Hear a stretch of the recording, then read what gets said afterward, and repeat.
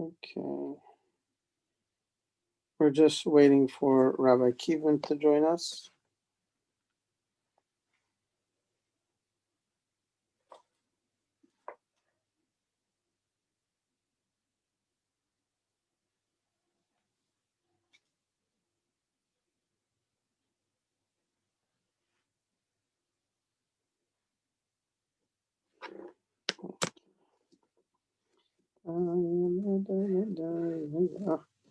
Okay, Rabbi Kevin's here.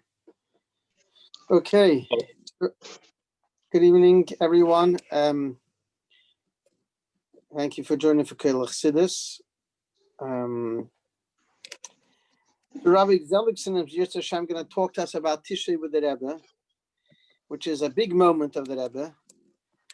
So we'll talk about that in a moment, but we thought that it may be nice to start with something special with Manchester. So Rabbi Kevin is going to share something which is unique, special for Manchester for a few moments, and then we'll go into a full Tishrei with the Rebbe. Rabbi Kevin. Shalom Aleichem, Rav Zeligson. You're on mute. You're still on mute. Aleichem Shalom, was macht ihr? Good, Baruch Hashem. Long time no see. Yeah. So normally on a Sunday night by the Kollel Chassidus, so I do a mini Zeligson show. And today they're having the full hour of Rabbi Zeligson. So I'm content to do my regular show. So I'll just take a few minutes. Rabbi Cohen asked me to a picture or two, just to give the background. Rabbi Cohen, I'm on my phone. My computer is being used now for a different Zoom thing. Can you put up that picture that I sent you? I don't know how you do that. It's because I got on the WhatsApp. You forward to myself, and I'll put it up. Yeah, send it to Levi, and he'll put it on. The picture is a picture that many have seen. There's many of these pictures of Reb Zalman Jaffe receiving the Arba Minim from the Rebbe. It was a thing by the Rebbe that he would give guests. Rabbi Zeligson will speak about it soon. That the guests who came for Tishrei, certain guests, there's certain criteria where they would receive an Arba Minim from the Rebbe. Zalman Jaffe used to come for Shavuos for many years, from the early 60s, from the early Chavs. But Tashrim Mem Aleph was a year of Hakel, and he came for the first time for Sukkot, and from then he used to come twice a year. He used to come Shavuos, and he would come also on Sukkot. He would be there. But that year he came on Chalamayid Sukkot. From then onwards he came before Yom Tov. But that year he came on Chalamayid. And he would receive the Arba Minim, but he had not been used to such a thing. Excuse me. He had not been used to receiving Arba Minim, a gift from the Rebbe. So he sent in money. He sent in $50 to pay for his Arba Minim. He didn't want to take from the Rebbe Arba Minim. So the Rebbe sent him back.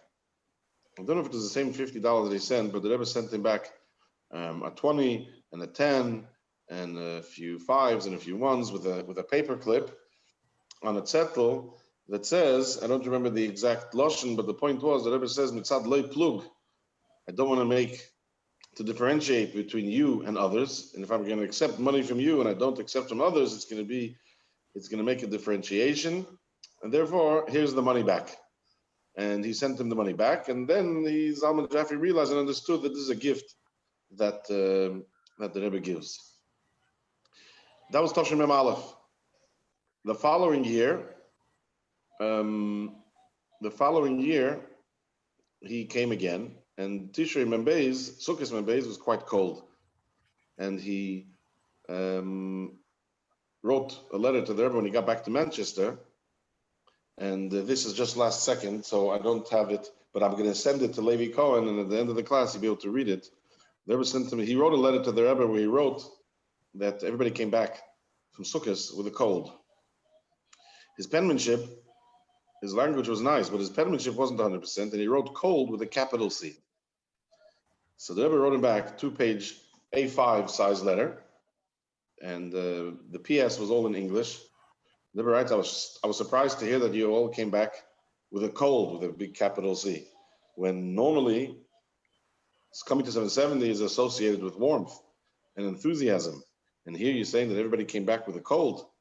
Granted that the British mentality is cold and reserved, but I thought that Lubavitch has already been successful in breaking the ice age of England.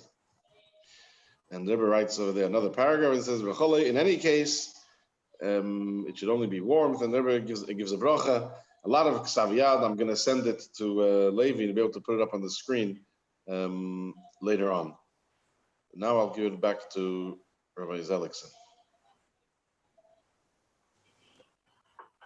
So thank you very much, Rabbi Kiman. There was another nice, beautiful picture that didn't come up there. That Rabbi with Rabbi Zalman standing next to the Rebbe of Kriyas HaTorah. Maybe that's for a different time. But just a little introduction to Rabbi Zellickson. So Rabbi Zellickson was Zoicha that he wrote the Hayoim Yoim with the explanations and 3 Svarim, I think. And the Rebbe really cherished that. And he was Zoicha to see a lot of answers of the Rebbe, or things that most of us haven't seen. In addition, he made a mafteach for all the sichas of the Rebbe. And if you want to know encyclopedia of what happened by the Rebbe, the sichas and the hanogis, so Rabbi Zellickson is the person to go to. So we're very fortunate that he's taken some of his time and to share with us about Tishrei with the Rebbe. There's a huge amount that can be spoken about Tishrei with the Rebbe. So Mirza Hashem, Rabbi Zellickson is going to fit in as much as he can for us. Rabbi Zellickson. Just going to discuss, as mentioned, the overview of what took place by the Rebbe from Elul time and Tishrei time. As much as it is shaykh to explain it, Poshet, in the time that we have. In general, the month of Elul was a special month by the Rebbe. It was a month that the Rebbe then stopped a few things because he was already getting busy and preparing for Chodesh Tishrei. The Rebbe would go to the Eyal very often on Chodesh Elul. Responses to letters started to slow down. And in addition to that, the Rebbe would also stop Yechidus. He stopped Yechidus in Chodesh Elul. There was no Yechidus. Maybe sometimes it could have been a politician, a dignitary, someone, but in general, Ahmadabar, Yechidus stopped. It was a busy month. People wrote in letters, but they didn't get an answer as quick as they would usually get it throughout the year. Going to the Eyal by the Rebbe was quite often. In addition to the Yema de Pagre, I mean, there's many Yemei Zgula connected with the Rabbeim in Chodesh Elul. We have Yud Aleph Elul, you have Yud Gimel Elul, the Rebbe Rashab's Chasana, the Frierdiker Rebbe's Chasana. You have Tezvav Elul, Temchet Mimim. In addition, that Tezvav is the 15th. The Rebbe would usually go the 15th of the month. And Chai Elul. There are days, there are Pashat Mesugadiker days. The Rebbe had Yos at Kaddish twice in Chodesh Elul, 23rd and the 25th of Elul. So this was the say that everybody knew that letters are being put not on hold completely, but it would stop at a certain, to a certain extent. It stopped, and we see it also in letters, responses that the Rebbe writes after Tishrei. That now he got a chance over the Yom Tovim. He didn't have a chance to look. Now he has a chance to respond. One of the Yema de Pagre in Chodesh Elul, as mentioned, is Chai Elul. Chai Elul by the Rebbe, there were different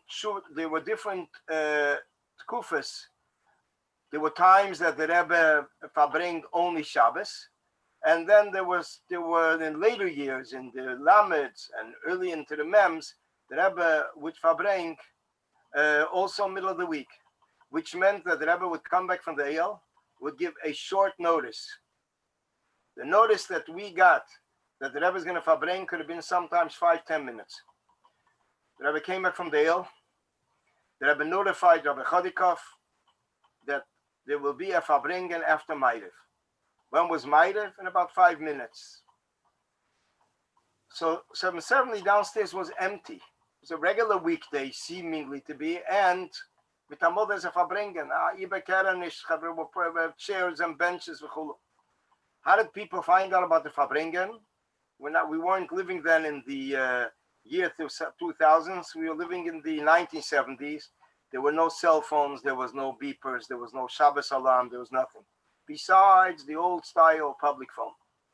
Bachadim would line up on Kingston Eastern Park at the public phone, make a call, and give over that the person should call the next person. There's a farbringen in 5 minutes.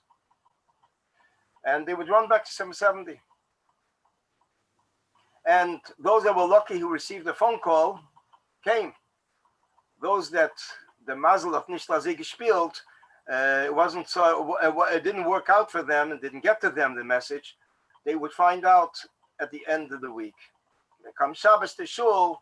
Those that didn't come a whole week, they davened in their stibel. They would find out there was a farbring in the middle of the week. This was the Seder Benegia to Chai Elul and other days, which were surprise dates that the Rebbe farbringt. And the notice was very short.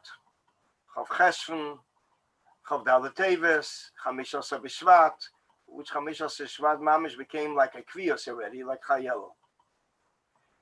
Because it was a surprise farbringen and no notice before, there were times that people scheduled the wedding. And in the middle of the wedding, the chassan didn't know, but al kopanim, the bacharim knew. So as soon as the chassan closed his eyes to begin chazaning the lachadedi, bacharim would roll out to 770 and would come back 2 hours later when the farbringen was over. Such a case happened in Tovshin Lamed Aleph, 1971. The Rebbe asked the Shabbos before they should farbring on Chai Elul, and they farbring them, and B'meila they planned to farbring. When the Rebbe came back from the Eil, the Rebbe announced that he is farbringing also. Farbringing. There was a chasana then, and B'meila, the friends did not want to disturb the wedding, so they waited till he began chazing the maimer, and they left, and then they came back. The Rebbe sent a piece of mazenas to the chassan then. Chassan then was Rabbi Avram and Druzier. The Rebbe sent him a piece of mazenas through with the masker of Benjamin Klein, Olav Hasholim, that he should bring it to the chassan, which was a very interesting kirov. Later years already, people would write into the Rebbe first if they should they can make a wedding that night. They can schedule a vort al chayim. And there were times that the Rebbe would answer, better to try the second evening because there may be a farbringen this evening. So the Rebbe was very open with a person that had a simcha and asked Benegia to confirming a date with the Rebbe. Chai Elul, when there were farbringens in the middle of the week or even on Shabbos, this was already preparing for the new year. Heiros, in fact, in Yonim that were negay in Tishrei, as we know, the Risasi was Chai Elul Tovshin Lamed Zayin in 1977, and the Rebbe then was singing the Nigen Tzomah L'cha Nafshi, and the Rebbe changed the words from Lilis Uschal Chveidecha, he changed to Lilis Nafshi Ukleidi, which was something very exceptional, unusual.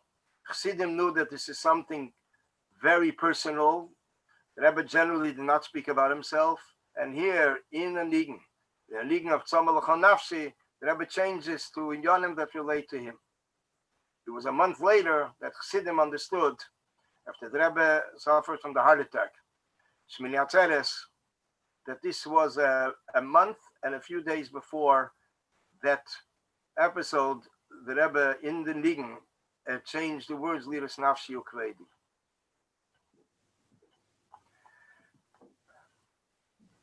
Chai Elul was a date that the Rebbe would send out a message, a Rosh Hashanah message. The Michtav Kololi that we have from the Rebbe for Pesach, for Rosh Hashanah, were written actually Chiddush Elul. The Rebbe dictated the letter to Dr. Mendel, and he would write out the letter in Yiddish. The Rebbe would then edit it, change, take out, add. The Rebbe Mamish worked through the whole letter. I once heard from Rabbi Yamin Klein Olav Hashalim that the Michtav Klali by the Rebbe was involved sometimes more work than a Likut of Likut Sichas. The Rebbe screened every word, and the choice of words, v'cholu, everything was reviewed by the Rebbe very closely. When the letter was finally complete, the Rebbe felt it was polished and ready to be released. After the Rebbe returning from the Eyal, the Rebbe would sign his name on the letter and would release it. This letter was a Rosh Hashanah message. It was addressed El Bnei Yisrael, to all the men and women from the Jewish nation, the whole Jewish nation. The footnotes, interestingly, contained of references to all the Rabbeim. By the Rebbe, this is a very formal, official letter. When the Rebbe would cite footnotes on the bottom of this letter, the Rebbe would mention and refer to the Svarim of the Baal Shem Tov, the Alter Rebbe, the Mezir Chamagi, the Alter Rebbe, the Mittel Rebbe, Tzemach Tzedek, the Rebbe Marash, the Rebbe Rashab, the Frierdiker Rebbe, and later the Rebbe's father, and also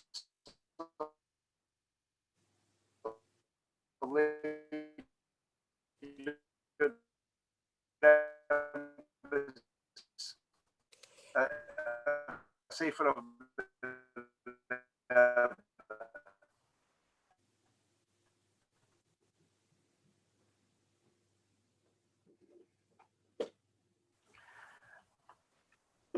the Rebbe would go to the Eyal quite often, also on the Slichas days, and up until Tovshin Lamed Ches, the Rebbe would receive panim. The Rebbe would accept pidyenis from Chassidim on the Erev Rosh Hashanah.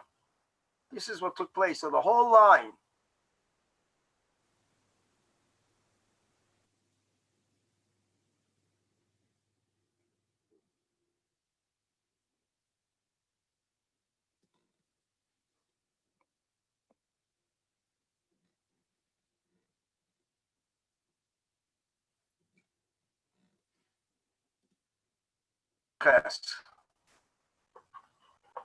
After the Rebbe had the heart attack, there were certain limitations which the Rebbe himself regulated. One of them was that he will begin accepting pidyenis on the third day of Slichas, which made it easier for the Rebbe, made it easier also for people. And b'meila, they would be able to hand in the pidyon days before Rosh Hashanah.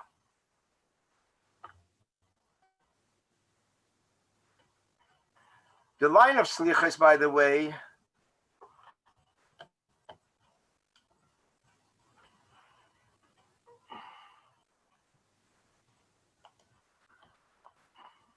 is everybody able to hear me? We hear you now. We hear you. Okay. The line of the Slichas from Tafshin Lamed Ches and on, the Rebbe began accepting pidyenis on the third day of Slichas to make it easier, Pashit Mitzvah, the Rebbe's health, and for Chassidim, there was also a benefit that they were able to hand in the pidyon to the Rebbe before Rosh Hashanah, days before Rosh Hashanah. The line of Slichas was the quickest line throughout the year, quicker than dollars, quicker than Keshel Baracha, quicker than Lekach. The Rebbe would very quick accept the pidyon, immediately say B'Shana Tevum Sukkah or Ksivach Simateva. On the video, we see how the Rebbe is interchanging back and forth from the two brachas, and eye contact with each person, and this was mamish seconds. The person will be standing on Brooklyn Avenue, for those that know where Brooklyn Avenue is, a block away from 770, a full Eastern Parkway block. Sometimes their line would wind around onto Brooklyn Avenue, and in minutes, they were by the Rebbe already. That's how fast the lines went.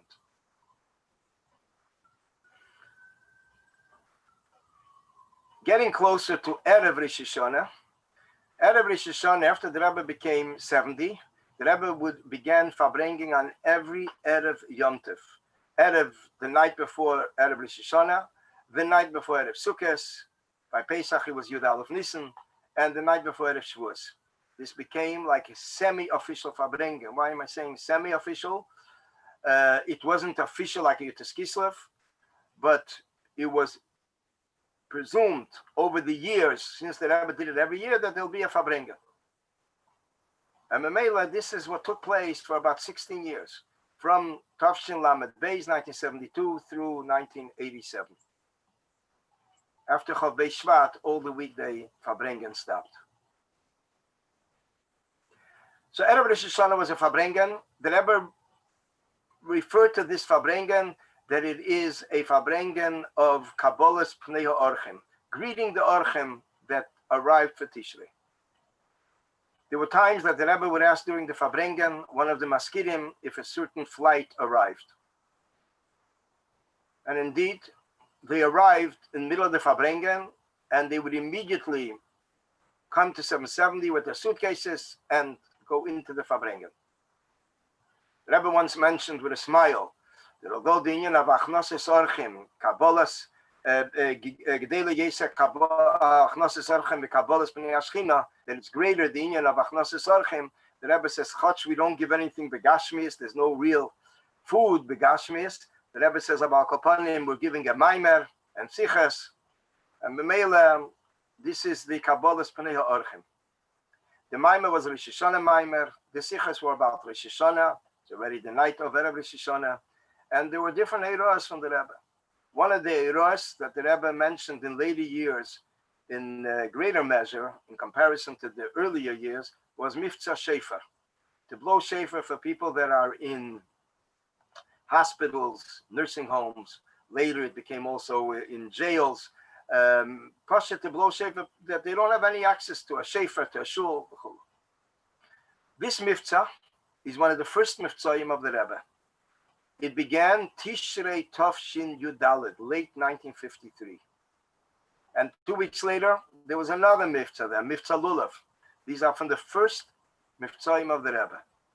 Miftzah Lulav, in those years, we didn't need to search far for people that didn't bench Lulav, because Eastern Parkway, the whole length of Eastern Parkway, there were many Yidden sitting there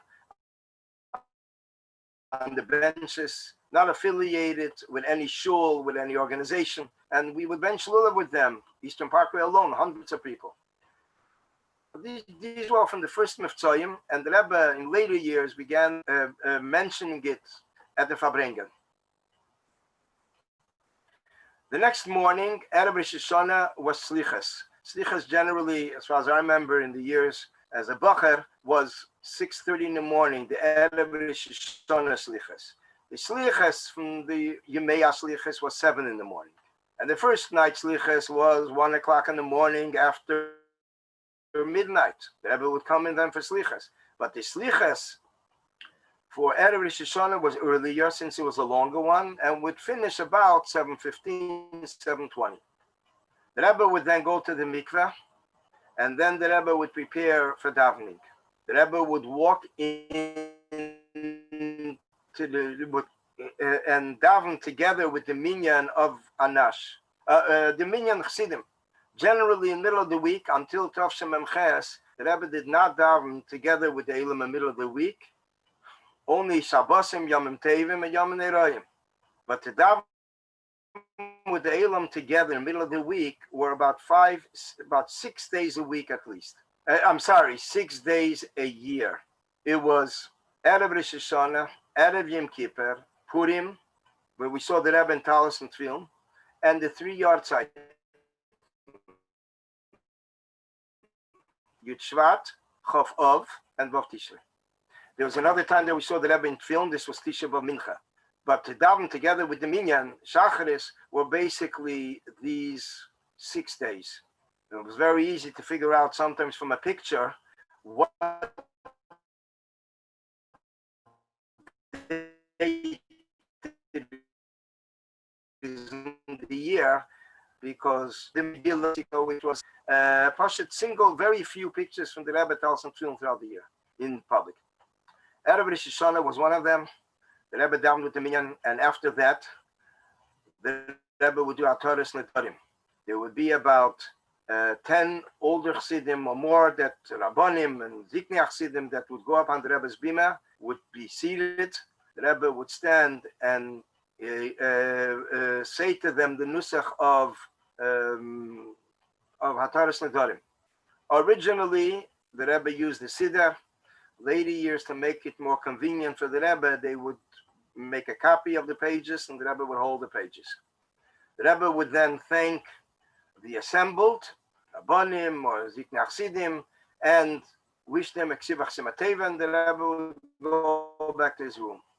When the Rebbe returned to his room, there was already a line waiting to hand the pidyon to the Rebbe. Even in the later years,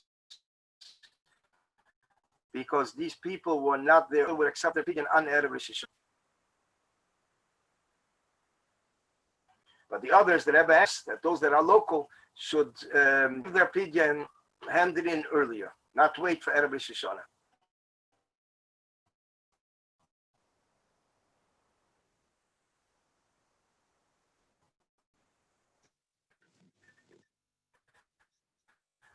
After the Inpan Kloli, Chassidim had focused on Eretz Yisrael.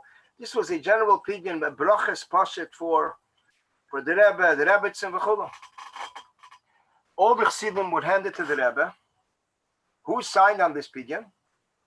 Any younger man that was married, and he was mishtatev giving $1, he signed his name and his mother's name. So the pages consisted of a big list of signatures of Chassidim, Chassimas.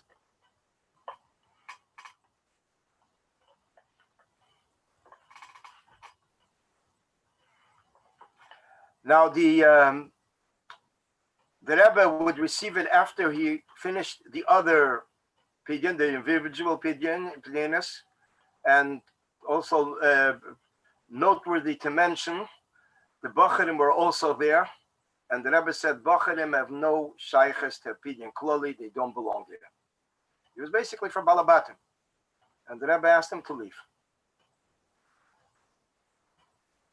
The Rebbe would then respond to the pidyon, a kloli, from this delegation of older Chassidim. The Rebbe would respond with a bracha, and we would begin that the Eibishter should help, that everything that is mentioned here should be fulfilled.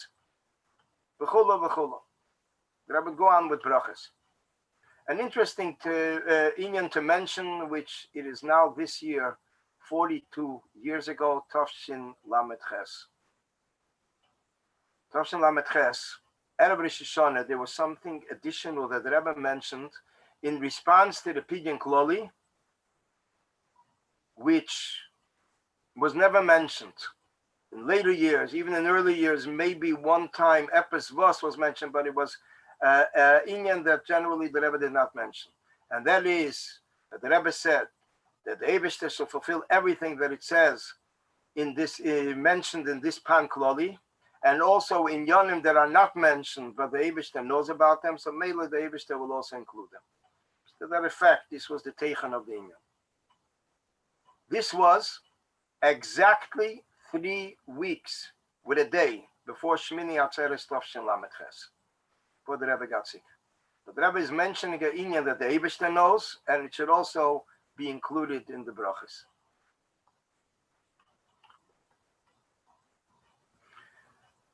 After the Rebbe completed with the pan kloli, the Rebbe they would send it into the Rebbe would edit it, he would be magiert, and then the Rebbe went to the ale. The car with which the Rebbe went to the ale was full of maskirim and ziknei hachsidim. This was a selected times in the year that the Rebbe would travel with the ziknei hachsidim to the ale Erev Rosh Hashanah. The Rebbe would stay there for hours and would return right before Yom Tov. The Rebbe would then daven mincha, and then would be lichbenchen, which and then came the Yom Tov of Rosh Hashanah. There was one time, I think it was Tavshem Memches, as far as I remember. It was towards the end of the year. And the Rebbe asked Rabbi Gruner, mamish towards the end of the davening mincha, what time is Lichtbench? Rabbi Gruner told the Rebbe the time. We were able to overhear the conversation with the mic because we saw already something's going to happen. So it was carried live from 770, and there were people that had lines. So then the Rebbe asked him, wie viel is it there? And what time is it now? So we understood something is going to happen between now and Lichtbench. And sure enough, the Rebbe asked for the mic, and the Rebbe spoke a sikha. The Rebbe spoke a short sikha b'negeh the union of pushkas, to have a pushka in the kitchen. And those that didn't do it yet could still make it from cardboard and attach it to the wall. The Rebbe says it doesn't need much work to be able to accomplish it before Rosh Hashanah. This was one of the inyanim the Rebbe spoke in the sikha right before Yom Tov.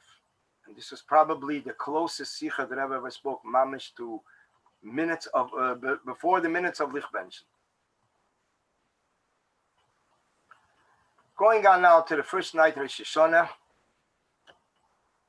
The first night of Rosh Hashanah, the Rebbe would come in with the Siddur, Machzer. The Rebbe had a different Machzer than we had in those years, and Tilim, and the Rebbe would immediately sit down, pull out the drawer, the shelf from the stender, and would begin saying Tilim, sitting and saying Tilim. Everybody else also said Tilim on their own. It wasn't a minyan, it was basically everybody saying Tilim on their own. For a while, for about 15 minutes. After that, the Rebbe would stand up and would motion to sing Avinu Malkeinu. After Avinu Malkeinu was sung, Ma'ariv began. If it was Shabbos or Friday night or even Mitzvah Shabbos in the later years, the Rebbe would not motion to sing Avinu Malkeinu, since Avinu Malkeinu is not recited on Shabbos. Ma'ariv Shemoneh Esrei by the Rebbe, the Tfilas HaAmida, although it's taka longer than a weekday Shemoneh Esrei, but by the Rebbe it took time. It proportionally showed that the Rebbe was malich more than usual. Al Kapanim, what we saw. There are many times that people thought the Rebbe is davening with the minyan, but he davened later. Because by the Rabbeim we find that when it came to Rosh Hashanah, the first night of Rosh Hashanah Ma'ariv, the Rebbe Rashab, the Frierdiker Rebbe, they davened for 2-3 hours. The Rebbe in Tzibur, what we saw was that it looked proportionately longer than usual, and the Rebbe concluded Shemoneh Esrei, Tfilas HaAmida, and after Ma'ariv, the Rebbe would walk out, wishing everyone to both sides of the shvil, of the pathway, wishing everyone good Yom Tov, L'shana Teva, Tekaseh, V'Sechasev, and V'Sechasim, and if it was Shabbos, good Yom Tov, L'shana Teva, Tekaseh, V'Sechasev. There's one exception that I remember very well, was Tavshin Lamed Dalet. It was then that the Rebbe announced one of the tefillas, after tefillas, good Yom Tov 3 times. When the Rebbe would announce good Yom Tov 3 times, it was basically by a Yom Tov. It was by a Pashat Simcha Dika Yom Tov, Sukkot, another Yom Tov. But Rosh Hashanah announced 3 times, Chassidim understood they have to start dancing after that. And they started to dance. And the older Chassidim were looking at them, my high, we're in the middle of Rosh Hashanah now. How does this come in? But Bacharim, Chassidim knew that the Rebbe wants Simcha. And this was actually the beginning of times when the Rebbe motioned or spoke about the union of Simcha, exactly 10 days before the war that broke out in Yom Kippur that year, 1973. The Rebbe spoke at the Farbrengen, the 13th of Tishrei, the uniqueness of Simcha Dafke, that when there's joy, it breaks through all the barriers. The Rebbe based it on Isaiah.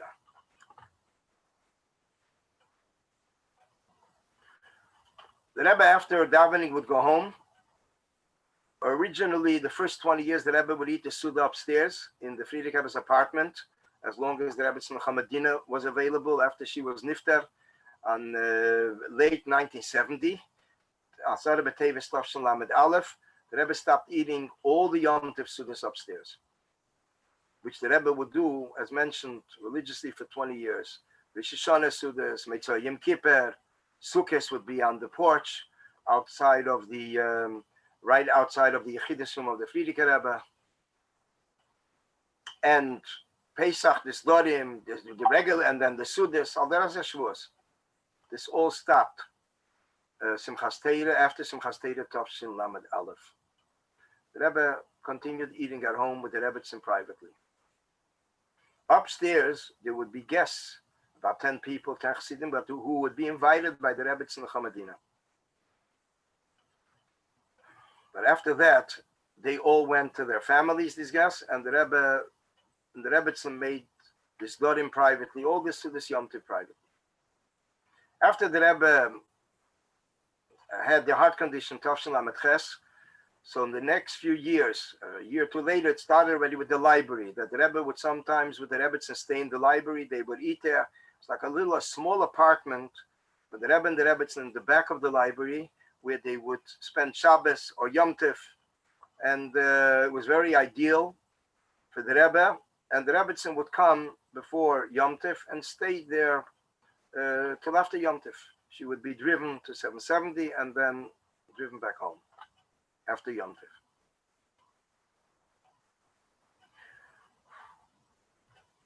Later, after Memches, the Rebbe moved into his room, and Memela, everything took place in the room. This Dorim, this Yom Tov, everything. So this was the Seder where the Rebbe ate, when.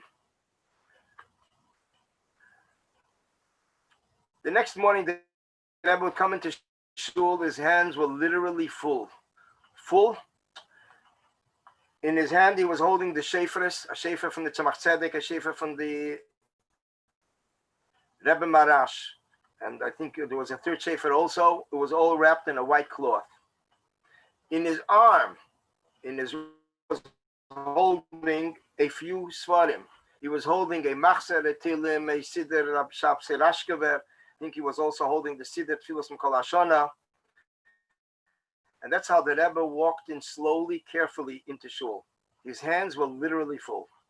Behind the Rebbe walked in the Maskirim, the secretaries. Each one was carrying packages of pidyenos wrapped in brown paper with stringed, 2-3 packages. They would follow the Rebbe.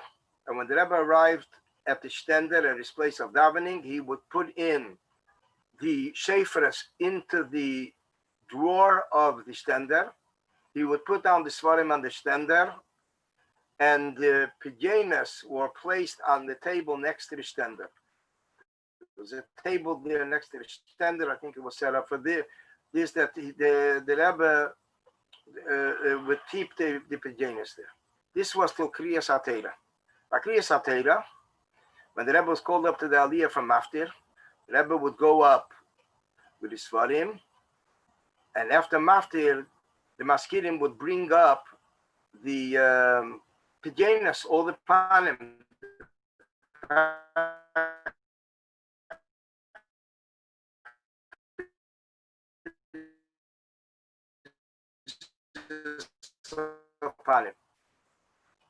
would bring it up on the bima. The bima was empty. The secretaries were already closed. The Rebbe made us say that everything should be in order, laid out. It's very interesting to observe how the Rebbe was working around this whole inyan. This here, this there, is mamish himmeldik. Sometimes the Rebbe even extended his hand and to an extreme corner there on the bima, and the talis started to slip off. It's very particular pashut. We saw pashut how the Rebbe was setting up the seder of the pidyenos. After that, the Rebbe took the talis, he threw it over on the panim, on the whole bima, and stood there for a while. This was achana l'tkiyas. There were times that we saw the Rebbe moving slowly. The Rebbe's talis was moving. The Rebbe was moving. Some people claimed they heard except Nuah that the Rebbe was singing. Becholei from the Elam was standing and waiting. It took a while, and Fashtetzach, it was a while of also the Elam. It was the intense pushing that was taking place then. The highlight was actually Kitkiyas. And after a while, the Rebbe started to raise his talis with both hands over his face, but still kept his eyes covered. We just saw that the Rebbe is looking down from the talus into the Siddur, and the Rebbe called out with the tnu of Lam Natseach Livnei Keirach, as the Rebbe would say the Lashon Lam Natseach Livnei Keirach Mizmer, and the Elam would start saying the Mizmer 7 times, and the Rebbe would again cover the talus over him, and he would say it from under the talus with the Siddur on one of the peklach of the pajamas. After the Rebbe was done with the 7 times, the Rebbe slowly picked up his talus again, slowly, and again in the same format. The Rebbe, holding his talus over his eyes, is reading the psukim in Ameitzer and on, followed by the Elam. After every pasuk, the Elam would repeat the pasuk. And after that, the Rebbe fixed the talus back to the regular format, and the Rebbe began preparing the shofar. The Rebbe put the talus around his right ear, so that he should be able to hear, since the shofar is in that direction. And the Rebbe then also had hachonis, that the Rebbe also had a few handkerchiefs. Seder was already from the Rebbe Rashab's time, that there was a red handkerchief, a white one, and there was in Yonim of Kabbalah Pashit, how the preparing for the shofar, and the blowing of the shofar. Now the tnua, the tune of the nigunim of the Minameitzer al derech zeh the Ashri Yom, which follows Tiyas, were all Pashit from the Rebbe Rashab, as it's mentioned after Sefer HaNigunim. The Rebbe would blow shofar himself. The Rebbe started around the mid-50s. And from then on, the Rebbe went on through Nun Beis. There was one years ago, we never heard about it, that Tov Shachov, that the Rebbe was trying very much to blow. And at a certain point, he was not matzliach, and he gave it over to someone else to blow. I don't remember if it even says a name, but it's in the Yaman from Tov Shin Chav.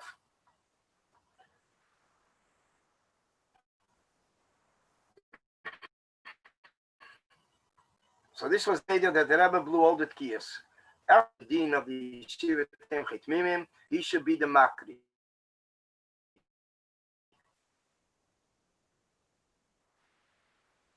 To point with the finger, and this would guide the Rebbe.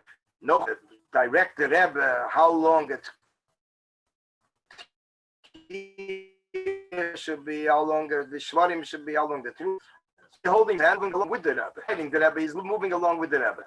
The Rebbe is the one that knew exactly what needs to be.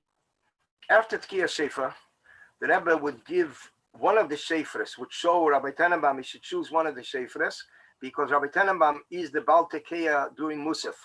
The quiet Shemoneh Esrei and the loud Shemoneh Esrei, he would be the Baal Tekeya. So he blew from one of the Shofars of the Rabbeim, and he would return the Shofar after Musaf to the Rebbe. And that's how it repeated itself the second day also. After that, the Rebbe would say the 3 psukim in a very special Ni'imus, a special tune, and then the Rebbe would prepare to leave the Bima. The Rebbe would gather all his Svarim, and he would then begin leaving the Bima behind the Sefer Torah. He followed them to the Oren Keilah, would put on a Beged Chodesh. We observed at times that it was in the middle of Ashrei. When the Elam was saying Ashrei already, the Rebbe like slipped off the talus for mamash a few seconds, put the white Beged around his throat, and then immediately put the talus back on his head. When the Rebbe came to his place, Chassidim were again pushing. Balabatim had no idea why they're pushing, but Bacharim knew there's something going to happen now. The Rebbe came to his place, he put the Svarim down, he put the Shofars down, and made a full cycle turn. He turned around to the Elam like by Bey Visholim, and then returned back toward Mizrach. What was this about? It's mentioned in Kabbalah that the people should see the Pnei Tekeya, the face of the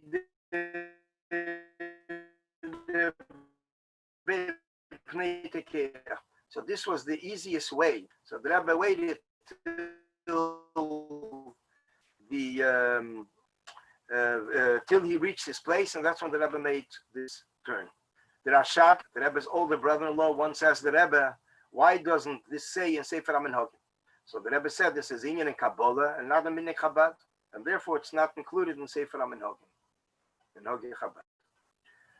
Musaf would begin, and before Birchas Kehanim, the Rebbe would go down from his bima in order to allow the Kehanim to go up on the bima to duchen.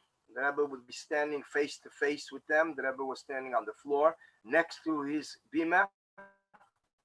And after the last kiyas was sounded, which were the 30 Shleishim Kelos, Lamed Kelos, the Rebbe would go back on the bima.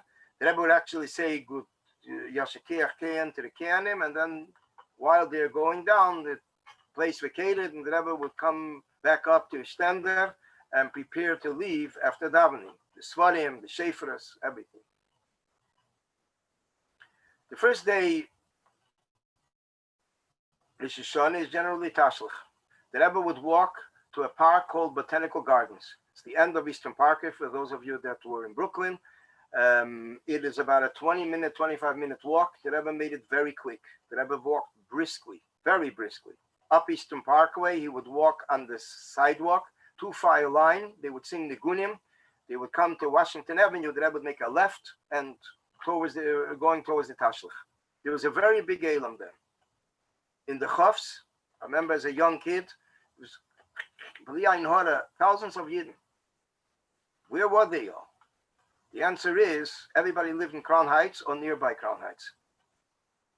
From Rochester Avenue, which is one park, Lincoln Terrace, to Washington Avenue, and then in the other directions to Atlantic Avenue and the other way to Flatbush were all Yidden. People came out. There was an outing. There was people coming out and meeting other people, friends. It was a very big Elam. When the Rebbe came, was very malchustik, very, very harchovedik. The police were escorting him to the entrance. The Rebbe and a few people went in, and then they waited to allow the crowd in. And then the Rebbe left from the other side of Tashlich. The Rebbe Bechlal had with him a little Tashlich booklet. The Rebbe didn't take the Siddur with him. He had a Tashlich booklet and a little mamash, a booklet from Merkers. I think it was a yellow cover. I would keep it in his pocket, which was very ideal. And this would be used for Tashlich. There was one year, of course, that it was raining. The Tashlich was locked, closed. And the Rebbe did go with an Elam. And the Rebbe came to the fence. Fence is locked. They didn't figure anybody will be there, so they closed it to the public. The Rebbe climbed over the fence, landed, and they came down the second side into the Tashlich. Al derech zeh Chassidim followed, and the Rebbe said Tashlich then came back to 770 as usual. Sometimes the Rebbe would walk through Union Street, sometimes President Street. The Rebbe would stop kids at times, and the Rebbe would ask where the tzitzis are. Are they wearing tzitzis? Where are they? Interesting comments that the Rebbe made to kids on the way back. Nigunim were sung. This is Inya that the Rebbe already actually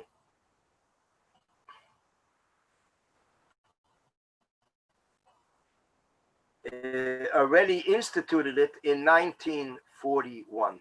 The Rebbe and the Rebbitzin came to the United States, 1941. And the first Tashlich was Tavshin Beis. In English, it's late 41.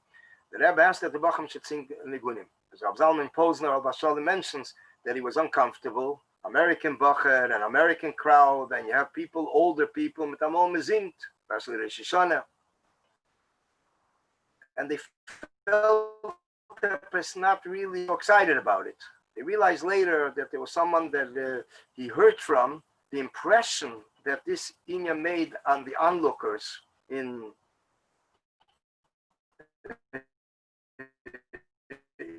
the street. Aldera said there's a story when he was going to town, energy, everything. it stuck in his mind that although he became a reform rabbi,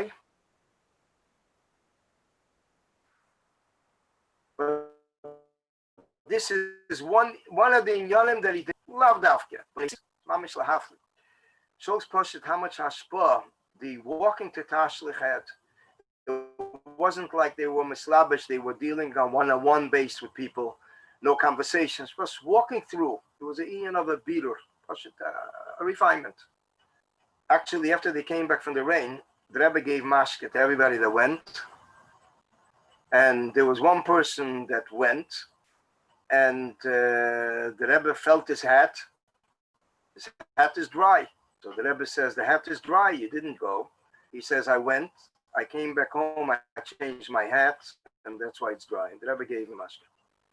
Going on to the second day, Rishona, the Rebbe would have yahrzeit for his sister-in-law. The Rebbetzin Chaim Mushke's youngest sister passed away in the war, was actually killed from the Gedeshim. Second day to Shoshana, early 1940s. Friedrich Rebbe was never notified, and the Rebbe writes a Pesach Dover to a Maimer in Tovshin Yud Aleph, Shabbos Shuv, I think it is.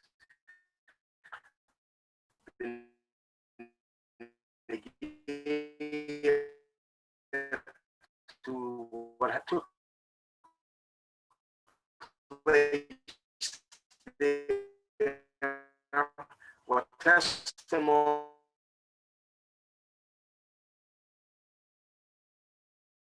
was mentioned in the Pesach Dover to Shabbos Shuvah Tavshin Aleph. So the Rebbe said Kaddish. Rabbi Zelig, we didn't hear that. Second day of Rosh Hashanah, beginning from Ma'ariv through Shachris and Mincha, including also the Kriyas HaTeira. By Kriyas HaTeira, as you mentioned yesterday, Benegiyah Maftir, the Rebbe cried very much by the Haftarah of Chana, even more yet sometimes than actually more than the second day Haftarah. There's no Bechal, the Kriyas or intense, certain psukim, v'chulo, Shana l'Shana, from year to year. Second day Shana, towards the end of the day, there was a Fabrengen. The Fabrengen, the Rebbe washed for Chala, and the Fabrengen was relatively a short Fabrengen. Especially in the earlier years, we find Epes was a Sicher. The main bulk of the Fabrengen, a long Maimer, the Rebbe mentioned all the Rabbeim, and the Rebbe would at the Fabrengen asked to sing the Nigulim of all the Rabbeim, beginning from the Baal Shem.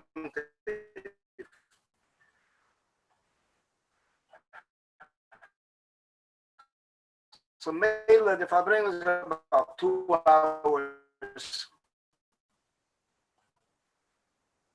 And then there was benching Ma'ariv Avdallah Keshel Bracha.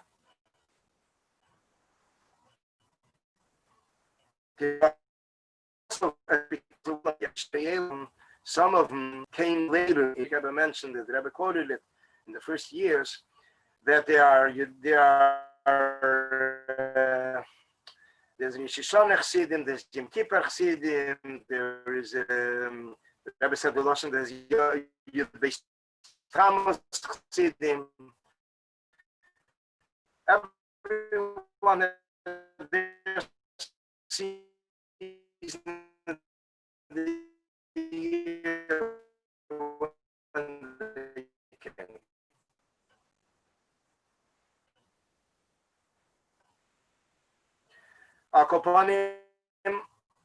So this was the end of Rosh Hashanah Bringen, and that was Day was after the Shashuf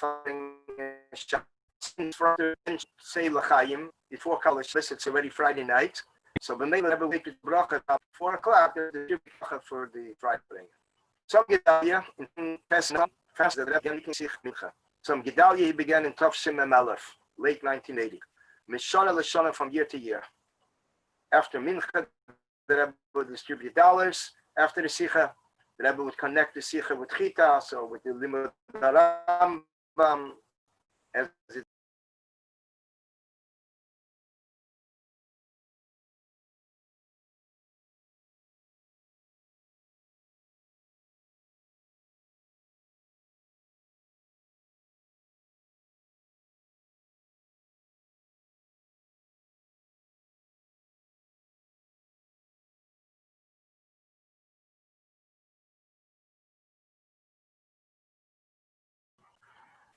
So basically, this was the Seder that took place on some Gedalia. The next date in Chabad is Vav Tishrei.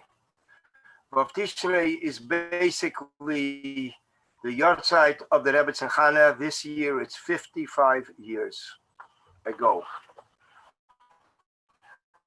And the 55 years ago, although it's 55 years ago, but for those that were there then, on a personal note, it seems like it was yesterday. My father was the doctor by the Rebbe, by the Rebbetzin, by the Friedricher Rebbe, and his Rebbetzin, by the Rebbe Tzachana, b'meshach 40 years. Calls would come through the house by us. There were many times that I was there, I picked up the phone, the Rebbe was on the phone. She wanted to speak to my father, or she left a message for that morning, 5 in the morning, that I did not feel well. It was so dark behind, and I immediately helped the big man to the house, to the rest. Visited in the morning as he usually would do on Shabbos, and the Rebbe asked my father to monitor his, and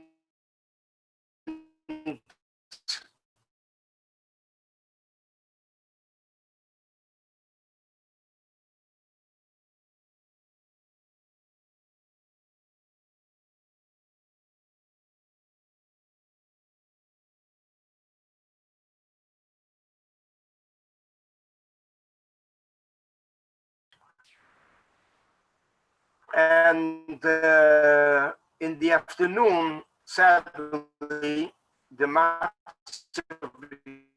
started to turn for the worse, and the Rebbe already did not recognize people around her, and Rabbeinu Yunik was very connected with the Rebbe Tzachana. Decided to tell exactly worse, but to tell him that the Rebbe, his mother wants to see him. That the Rebbe, his mother wants to see him. The Rebbe understood and immediately finished the Fabrengen, Daven Mincha, immediately emptied his pockets in his room and ran to his mother's house on Kingston Avenue. It was decided that the Rebbe needs to take the hospital. The Rebbe should make, and all three was one of them, and he took to the hospital. The Rebbe went with the ambulance together with my father and Mrs. Khan, Leah Khan, who the Rebbe wanted, she should also go because she was very close to the Rebbe. And 6:45 in the evening, before the Rebbe was gifted in the tassel, the next day was the Levaya. The Rebbe davened for the Yom at 11 months. The Rebbe Fabrengen Shabbat here introduced to us this of Rasha Sifas. From Parsha Neachanan, the Rebbe started to elaborate on the Rasha and the Parsha for the next 22 years.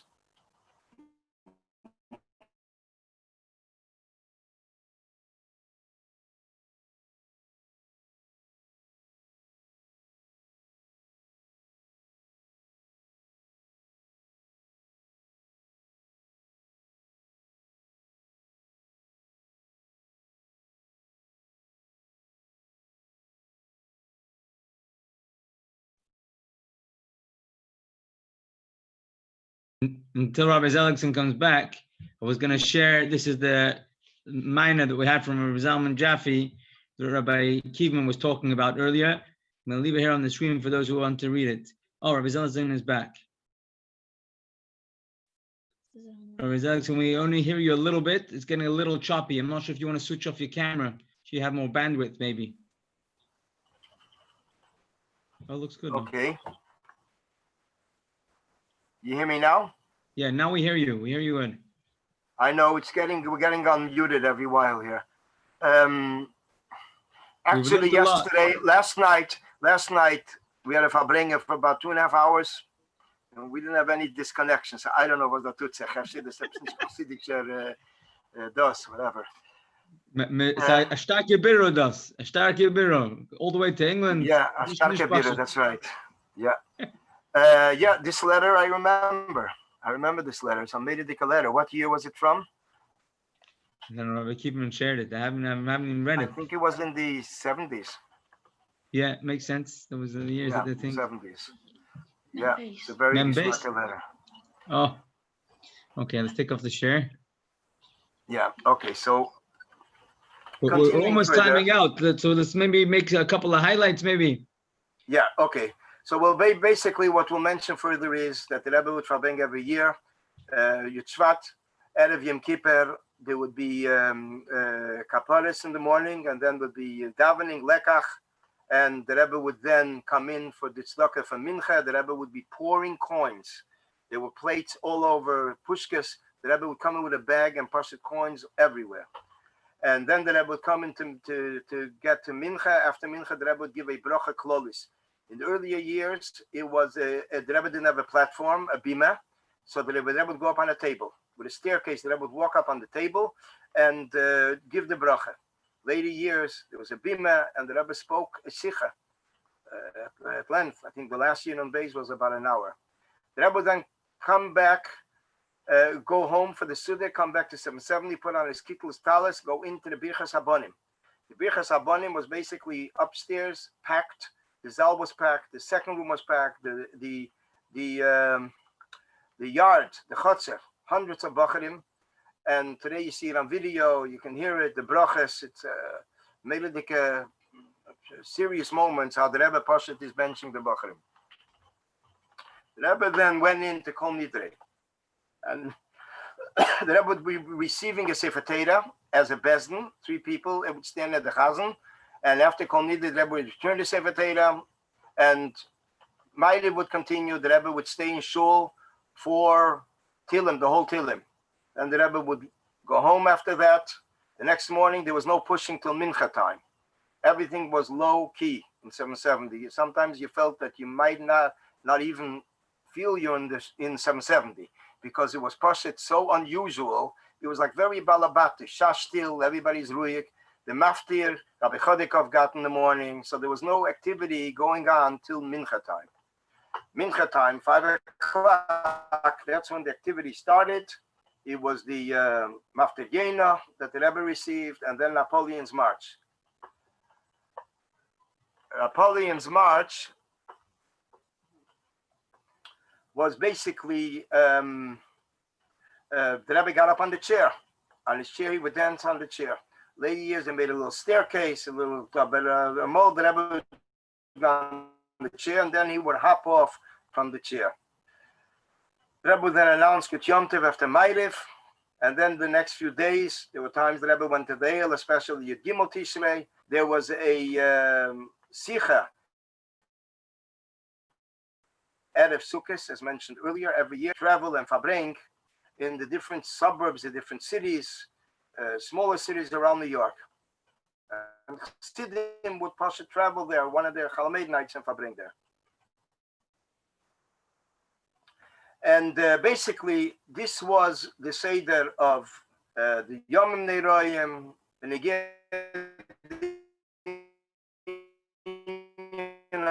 of Sukkot. I wouldn't do justice if I'm just going to say it as it is, but I see there's also a minyan from Ma'ariv, Day Sukkot, the Rebbe would farbring. The second day was the last year's it was basically already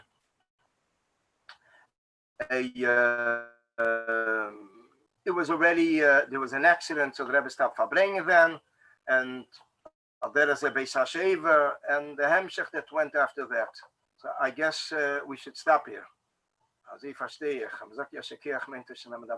Or it is still interest. If it's interested, it's the Thomas Sukkos Chassidus. So I call my shame Balabais. I say. Die Alves davon gehen davon in Meiriv, sollen gehen davon in Meiriv, und die Alves haben noch ein paar Minuten, können zuhören the pearls of wisdom that are coming. Bevakasha. Okay. Can I just ask one question? Um, If you don't mind? Quick question. yeah. There's a Yeah. Maisa from Shlomo Karlibach. He says one of after Gimel Tammuz that he was some story with some Baal Tshuva that on Rosh Hashanah by Tkiyas that there's some guy who was going to be married out or something, and the Rebbe told him. Yeah. But you know that story? I heard that story. Es ist schwer zu glauben, because such an inyan would have really been passed on to us. Sie ist am meisten, was kann go sein alei hoya. Bechlal. I mean, it's just, I don't know from wann sie gekommen, because it's very strange. I mean, befragt if it's upstairs in shul, a small place, und allem sich gestupt, und dann mit amol, he figures out that he was part of, under the Rebbe's talus. Ich weiß nicht. Never heard. There's no confirmation from anybody about this, and nobody remembers it. Weiß ich nicht, hat es gesehen nach Chizoyen, sie was. Right. Getting back Benegea to Sukkot, the Rebbe would forbid the second day Sukkot, and again Keshel Bracha. If it was Friday, the second day, the Rebbe would give the Keshel Bracha Shabbos Chalamed afternoon.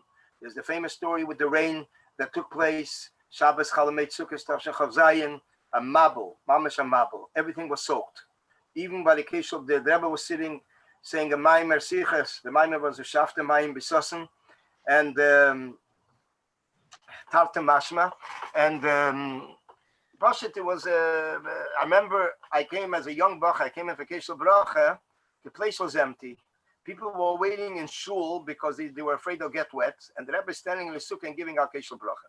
So when they heard the line is small, short, they would chap the charain in the sukkah from the back of the shul.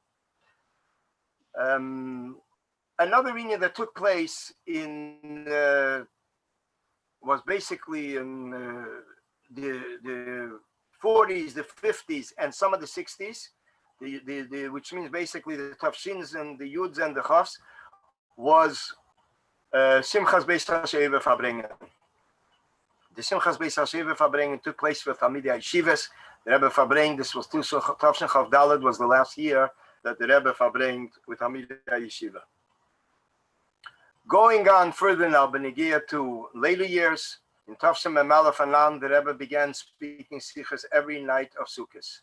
This went on day after day, night after night, to the next, from Memalef through Nun Beis. And that is when people realize it's supposed to be this additional simcha, an increase in simcha, something different, something on a higher scale. And the dancing started in the street from a few chassidim that started to dance on Kingston Montgomery, and then it became a big elam, the Simchas Beis HaShever of today. The last day, Shmini Atzeres Simchas Torah, there was a kofis as Minei Chabad is the first night, the second night, and also on the next morning. The Rebbe would come in, and the Rebbe would very much encourage the simcha and make with his hands. There were times in Pasha saw the Rebbe was mamish like dancing. It was the keichas that the Rebbe put into the simcha was unusual. And then came hakofes. The Rebbe received the first and last hakofe, and then after that, the other hakofes, the Rebbe would watch the hakofes from his bima.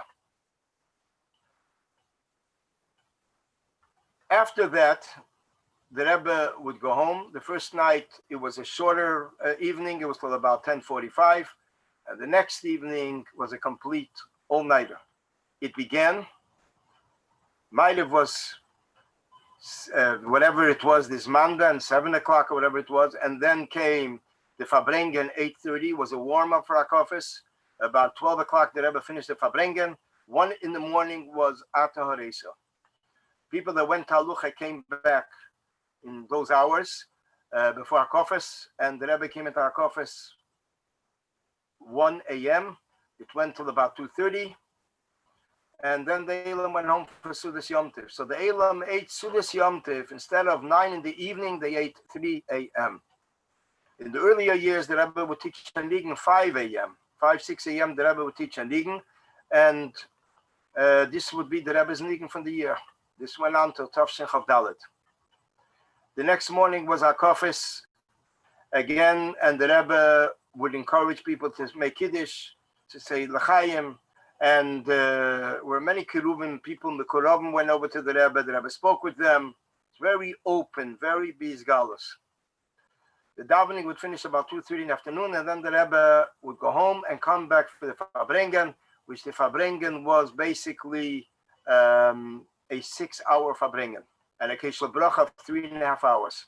So the Rebbe, after 2 days of dancing and singing, came out from his room approximately around 6, 7 in the evening, and would come back to his room about 3 or 4 in the morning. This is Pashit. This was like the total of final Sachakol of Simchas Torah. Next day, the Rebbe would go to the Eil. So this was basically the last 2 days by the Rebbe, without even mentioning the too many details. But upon him, this was L'mayla Mazman. You saw by the Rebbe the energy that the Rebbe put in by Keshel Bracha. Sometimes it was obvious that the Rebbe was exhausted. It was seen on his face that he was exhausted. Together with that, the Rebbe was pushing and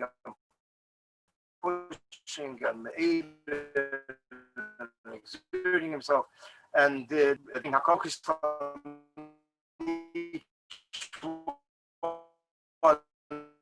individually. Are there any questions?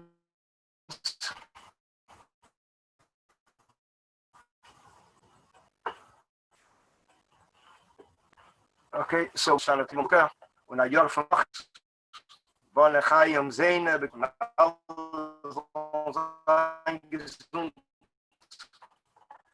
and we should have the Gula Bitis Vashlemer, Malkeino Bilish. Okay, thank you very much, Rabbi Zalixen. Shidduch to with everybody. Good gebench the yard. All with the brachas. We need 5, 6 people for Ma'ariv here, please. Thank you very much for bringing. Thank you for the share. People can come over for Ma'ariv. Thank you. I'm looking to close the meeting.